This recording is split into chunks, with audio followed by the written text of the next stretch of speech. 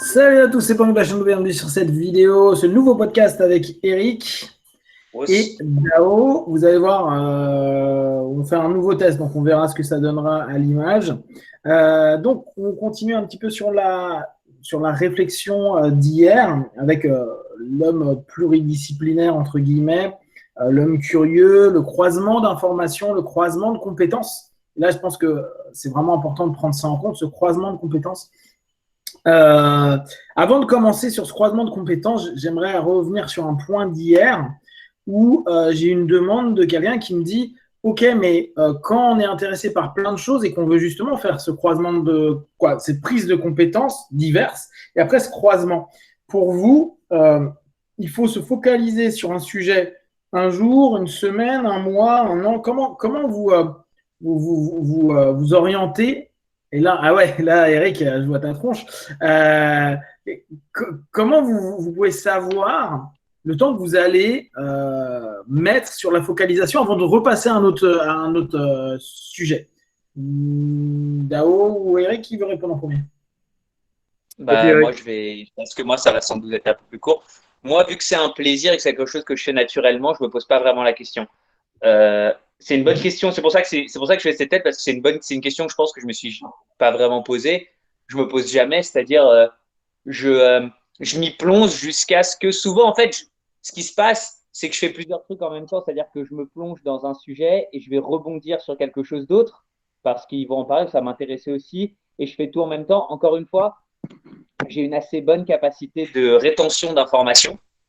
Donc, j'ai pas à faire d'efforts comme certaines personnes que je connais pour essayer de me souvenir comment je suis arrivé là, en fait. Je suis le genre de personne qui, sur Wikipédia, va dans comme ça, des rabbit holes et qui revient où il était et repart sur un autre truc et revient, d'accord? Donc, c'est pas.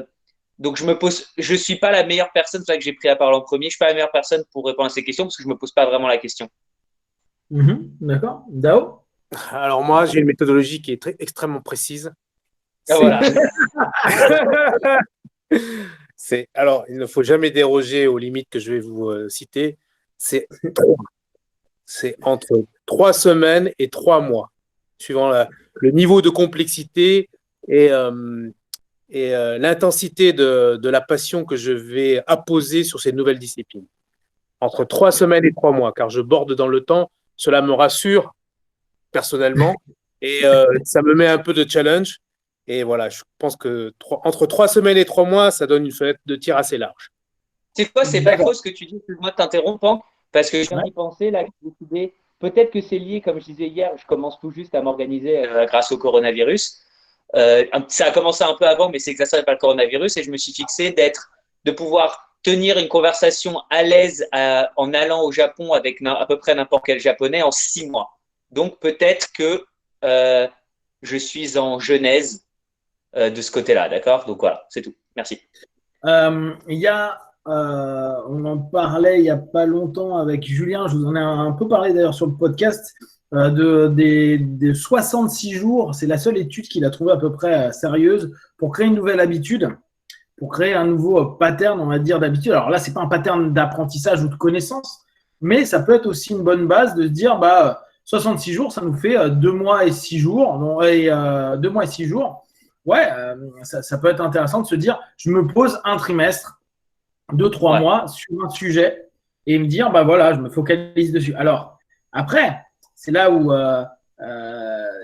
c'est toujours un peu complexe. C'est que, et tu l'as très bien abordé, et ça va sur notre sujet de croisement d'informations, c'est que tu vas te retrouver sur un Wikipédia, sur une info, tu vas entendre des choses, si on reprend le principe des TEDx dont on parlait hier, etc. Et il y a de fortes chances que tu vas croiser avec d'autres infos qui peut-être n'ont pas forcément rapport et qui vont te faire aller ailleurs et donc te défocaliser de la zone d'apprentissage qui t'intéressait. Comment tu peux gérer ça on va commencer par Dao et après Eric. Sur le fait à un moment de sortir un peu du sujet, c'est ça?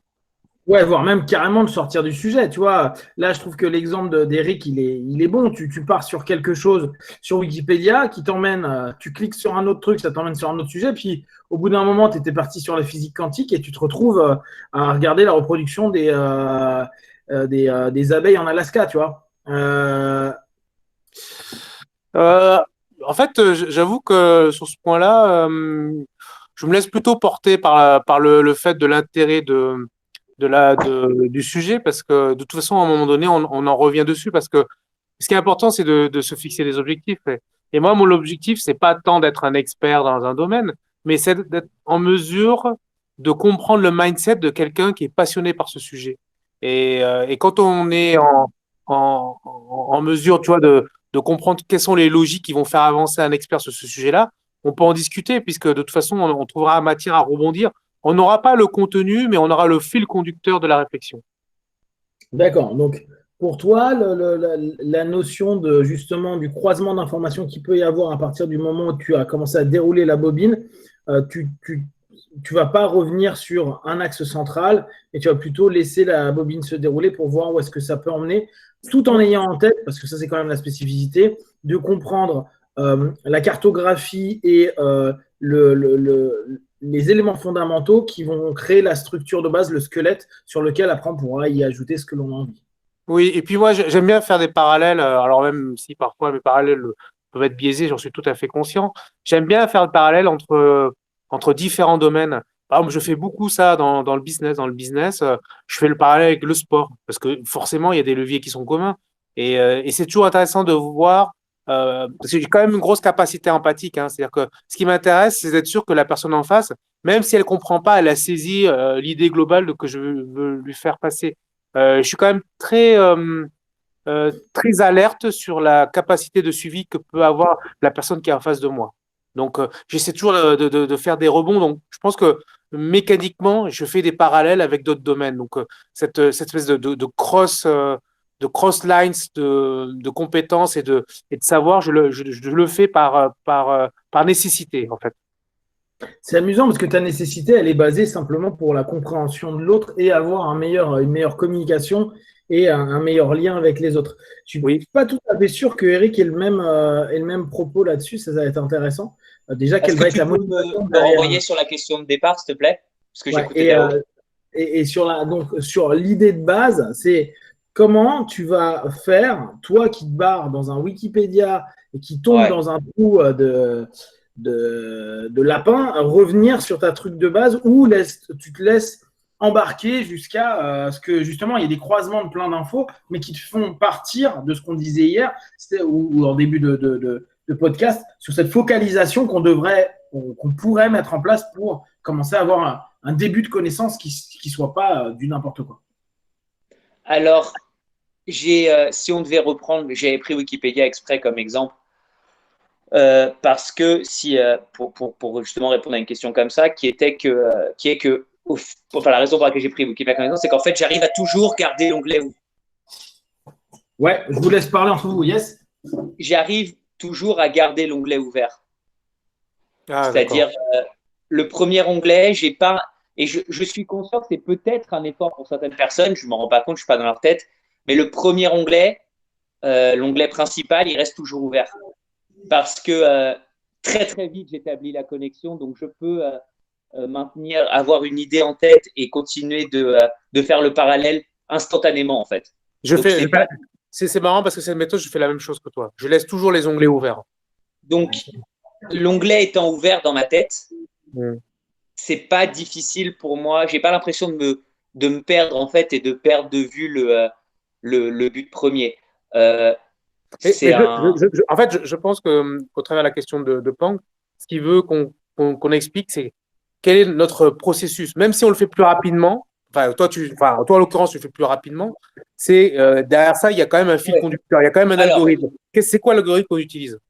Alors, l'algorithme, oui, exactement, mais qui est dur à identifier parce qu'il est aussi naturel. Tu sais, on a souvent du mal à… je répète très très vite en 10 secondes pour pas que les gens s'ennuient.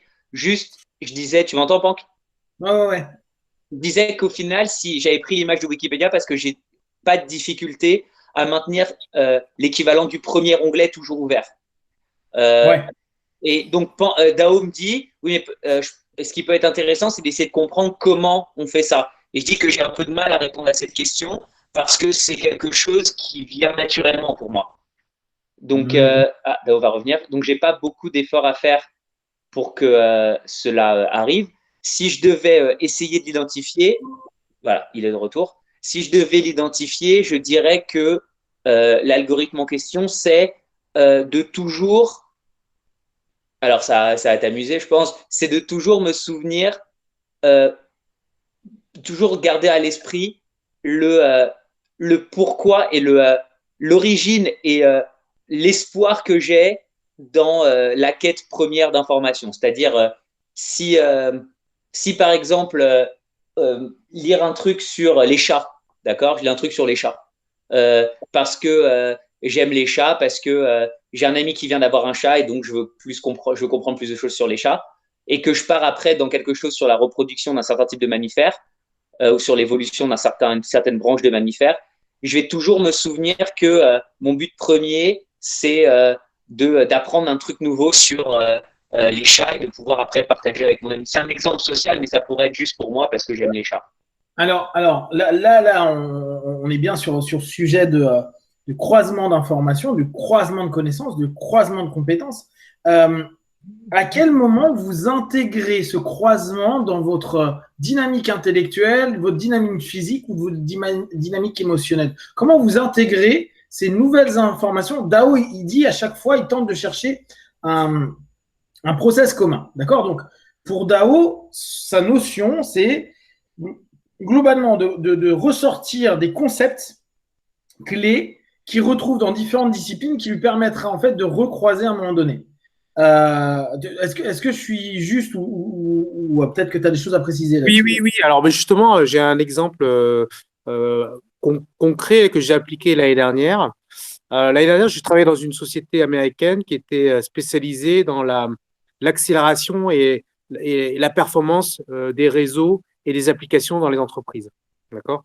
Et je m'occupais d'un très gros opérateur et l'idée, c'était de faire un tour de France de toutes les équipes de cet opérateur et de présenter nos solutions et notre technologie et notre philosophie technologique.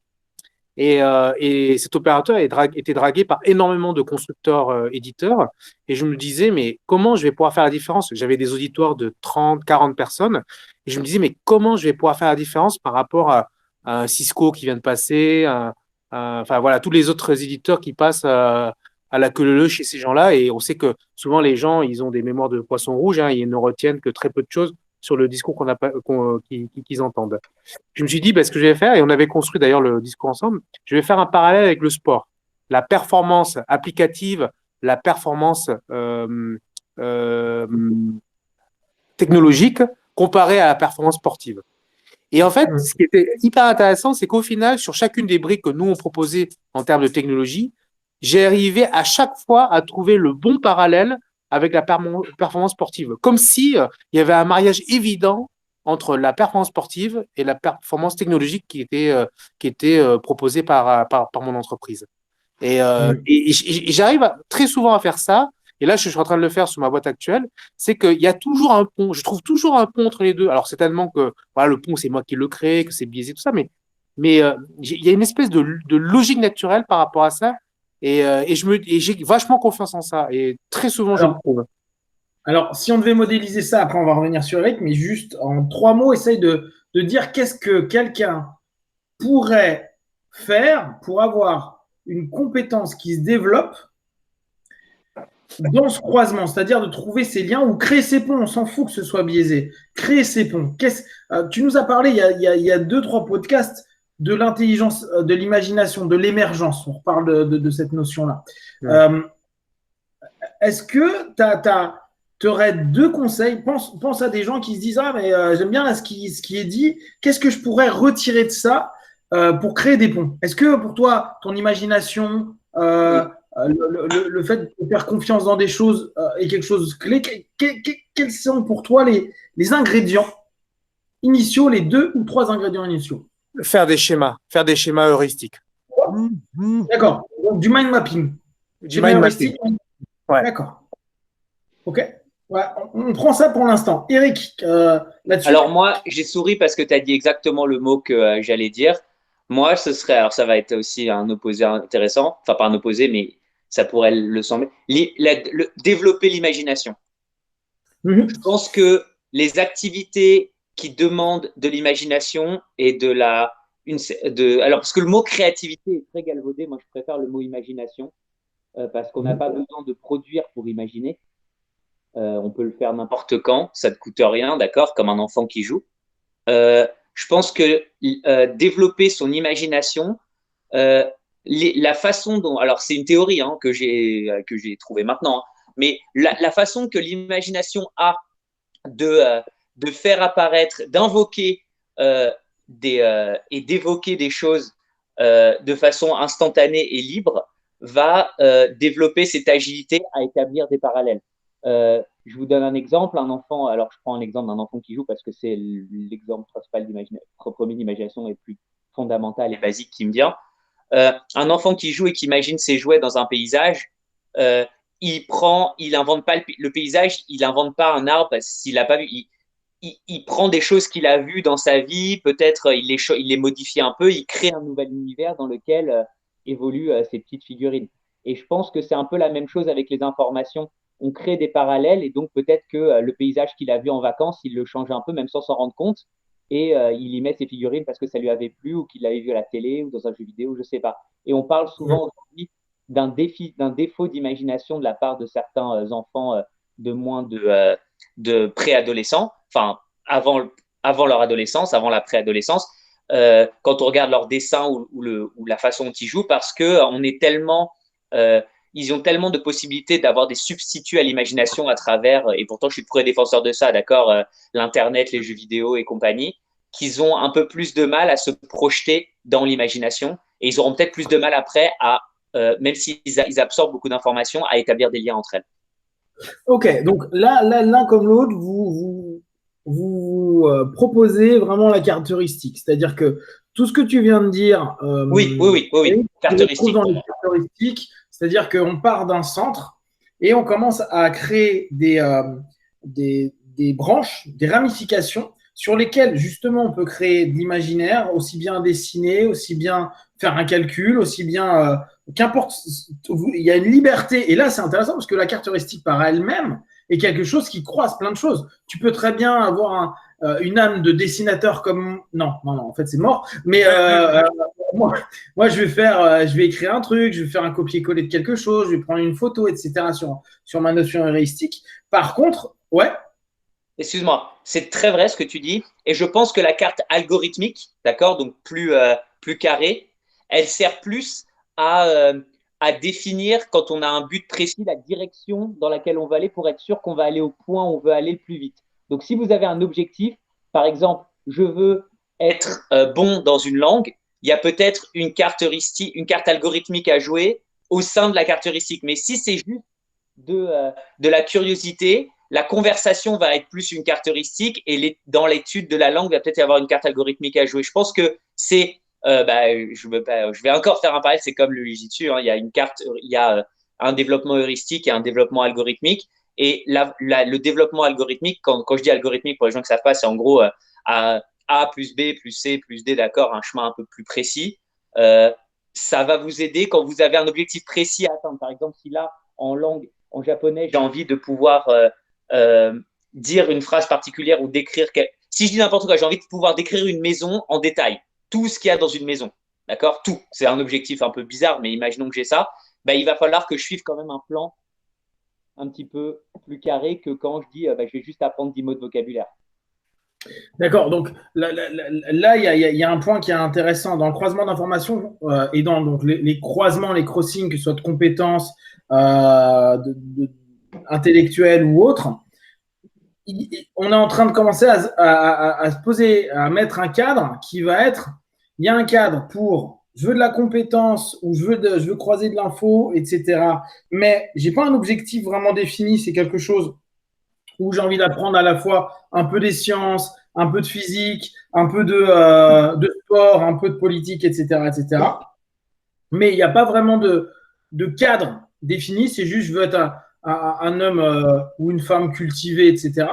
Et on va avoir le croisement d'informations pour l'optimisation, comme a pu le faire DAO en entreprise à ce moment-là, pour l'optimisation et l'obtention d'un résultat. Donc là, on revient sur les principes très basiques de la création d'entreprise, précis, réaliste, écologique, mesurable, si on prend le Prime par exemple.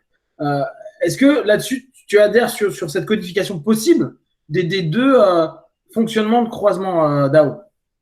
Bah oui, complètement. Enfin, après, je pense que ce qui est important, parce que ce qui bloque, bon, là, on a exposé une méthodologie, mais la question que vont se poser des gens qui ont envie d'entamer ce chemin-là, c'est de quelle manière on va commencer à construire le contenu. On a une chance incroyable, c'est que on est dans une ère où le contenu est parfaitement à disposition. Donc, on a vraiment le choix de choisir quelqu'un qui a capacité à expliquer avec les mêmes fréquences que nous, de manière à ce que ce soit audible pour nous, parce que, enfin, vous le savez bien, des fois, quand vous écoutez vous regardez des vidéos, vous écoutez des audios, il y a des gens qui vous parlent mieux que d'autres, parce que leur manière de parler est plus en adéquation avec votre manière de comprendre les choses. Après, il faut aussi choisir des gens qui sont en mesure de porter la passion telle que vous aimeriez le faire, vous, si vous deviez vous mettre dans une posture d'apprenant sur cette discipline-là. Pour moi, ça, c'est aussi important, c'est d'être certain de pouvoir enregistrer correctement et de manière la plus efficace possible le contenu que vous allez mettre derrière votre arborescence mentale. D'accord. Et toi, donc, Eric, là, sur cette notion en tout cas, une première ébauche de réflexion là-dessus, en fonction du type de compétences et de l'orientation, donc l'intentionnalité plus l'objectif qu'on a dans ça, une cartographie, en tout cas deux tendances, une qui serait sur une cartographie plutôt définie avec des causes à effet logiques et une autre plutôt créative ou en tout cas expansive quand on est en train de se dire je croise de l'info, de la compétence et j'obtiens des choses. J'aurai le niveau que j'aurai, mais je vais aller là où, on reprend le mot d'hier, la curiosité, l'envie, le désir m'entraînent. Alors, parle comme première ébauche? Plutôt oui, et je pense que parfois quand on manque pour aller d'un point à un autre, on a l'élément A, on a l'élément C, mais il nous manque l'élément B par exemple, ou on a ABC, mais on n'a pas encore trouvé l'élément D.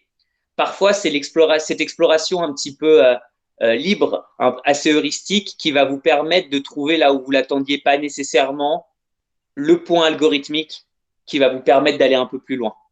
Sortir du cadre pour retourner dans le cadre. Je prends l'exemple d'une métaphore simple pour les gens qui comprennent bien en métaphore. Voilà, ça va être si vous devez construire une route entre une ville A et une ville B, et que entre ces deux-là, il y a du territoire inexploré, eh bien, c'est en explorant ce territoire un peu comme on peut, d'accord. Et si vous n'avez pas d'avion, on va dire qu'on n'a pas de drone, qu'on est au 19e siècle. Vous devez faire le canal de Panama, il faut se balader dans la forêt pour essayer de trouver la rivière, le chemin, la gorge qui va faire qu'on aura le moins de boulot à faire pour traverser. Donc parfois, c'est à travers l'exploration qu'on va pouvoir cartographier l'endroit ou créer une route. Il y a un domaine où, qui me vient en tête, sur lesquels il y a eu beaucoup, comment on dit improvement en français? L'amélioration, c'est l'astrophysique. Je trouve que depuis ces dernières années, il y a énormément de vidéos de vulgarisation de l'astrophysique, de la mécanique quantique, et il y a plein de gens qui s'intéressent à ça. Et alors que c'est un domaine qui est, pour l'avoir étudié à l'université, c'est quand même un domaine très particulier de la physique, quoi. Très mal vu par le monde de la physique aussi. Ouais, voilà. En plus, c'est assez élitiste. Et ce qui est intéressant, c'est que depuis quelque temps, il y a beaucoup de gens qui n'ont pas fait d'études dans ce sens-là, mais qui s'y intéressent et qui arrivent vraiment à saisir, à capter des concepts qu'on peut dire assez novateurs dans la physique traditionnelle. Et moi, je trouve ça super parce qu'en fait, là, on a un exemple parfait de gens qui ont fait une démarche de s'intéresser à un domaine bien des années plus tard, après la fin de leurs études, et qui ont réussi déjà à capter et à faire en sorte qu'il y ait des gens qui ont envie aussi de créer du contenu compréhensible et tout à fait exploitable pour tenir une conversation. Et je pense qu'il y a des choses intéressantes à aller voir de ce côté-là, parce que il y a dans la notion de l'apprentissage from scratch, On a tous les leviers dans ce domaine-là. Ok, on va finir avec ça. Donc demain, ce qu'on va faire, parce que là, petit à petit, ce qu'on est en train de mettre en avant, c'est un concept, quoi? C'est la prise en compte des concepts, des fondamentaux de différents types de pensées, quelles qu'elles soient, pour créer à l'intérieur de soi des ramifications possibles avec une recherche constante de certains bullet points. Moi, par exemple, mon cœur de réflexion sur absolument tout, c'est la transe. Le reste, je m'en tape. C'est qu'est-ce qui ramène à une transe, qu'est-ce qui crée une transe, pourquoi on est dans une transe, etc., etc., etc.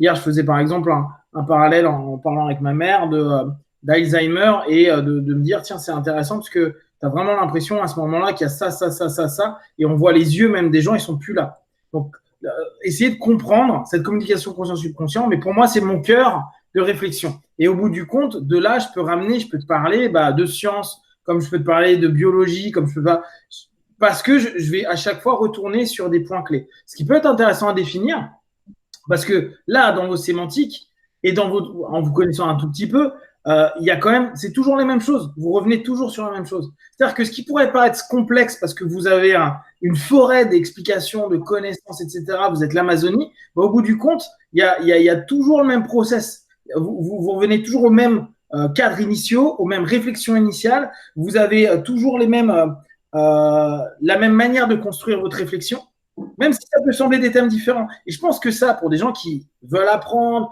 veulent se comprendre, veulent comprendre le monde, etc., ça peut être intéressant de petit à petit d'aller vers cette définition conceptuelle, parce que là, c'est vers ça qu'on arrive. C'est pas on revient sur le fond plutôt que la forme, même si la forme, elle sera importante, on doit apprendre des équations, on doit apprendre à compter, etc. Mais on va capter quelque chose de plus fondamental à un moment ou à un autre. Je vous propose de cogiter sur ça pour qu'on puisse demain rebondir là-dessus. Ça vous va? Ouais. Oh, ok. Je rappelle à tout le monde, ce soir, donc il y a le podcast. Après, autour de 21h, 22h, il y a le MP3. Et puis demain, un nouveau thème. Demain matin, la vidéo sera sur l'addiction au tabac. Donc, vous verrez, c'est intéressant avec Katie, qui est tabacologue. Et si vous avez des questions à vous, partagez sur Facebook, YouTube, j'y répondrai le plus rapidement possible. Allez, Diwan, ciao, ciao. Comment ils font les gens Attends.